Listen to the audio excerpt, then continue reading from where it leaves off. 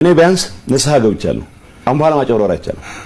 ይሄንን ወጣት እያጨወረበርኩ መኖር የምችልበት ጊዜ አክትሟል የሚል እምነት አለኝ። ከመጀመሪያ ይሄን አስበው ነበር። ከዛ በፊት የዛ አመራር አካል ሆኜ ያጠፋቸው ጥፋቶች ኃላፊነት ለመውሰድ ዝግጁ ነኝ።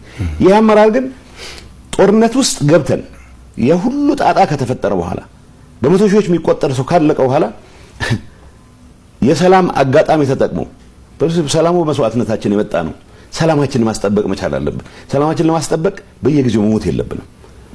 በህይወት ኖረን ህዝባችንን ማገልገል የምንችልበት ኢንቫይሮንመንት ተፈጥሯል። ይሄን እንጠቀምበት ብለን በወሰንበት ሰዓትም ጭምር ስልጣኑንና ጥቅሙን ብቻ የዘረፋ ኔትወርኩን ማስጠበቅ ብቻ ማዕከል ያደረገ አመራር አሁንም ሰላም ደፍርሶም ቢሆን ህዝብ ለአደጋ አጋልጭም ቢሆን ህልውናዬን አስቀጥላለሁ ብሎ ሲፍጨረጨር በተግባር የታየ ነው።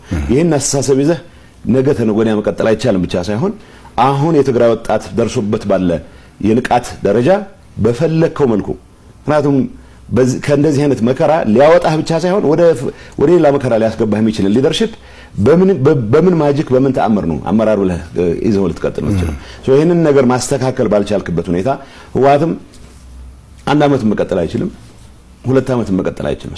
የህወሓት ቀጣይነት ህወሓት ብቻውን አይመራም ብቻ ሳይሆን የፖለቲካ ባህል በመህዳራችን መስፋት አለበት ብቻ ሳይሆን ሁሉም አስተሳሰቦች መስተናገድ አለባቸው ብቻ ሳይሆን ህወሓት ይቀጥልም እንኳን ከተባለ ህወሓት ራሱን ባልቀየረበት ኢንቫይሮንመንት ይሄ አመራር ከራሱ ጥቅም ከዘረፋ ኔትወርኩ በላይ የህዝብን አጀንዳ አድርጎ መቀጠል ዝግጁ ባልሆነበት ኢንቫይሮንመንት አንድ አዳር መቆየት የሚችል አይመስለኝም። ስለዚህ የተቀየረ ኢንቫይሮንመንት ነው ያለው።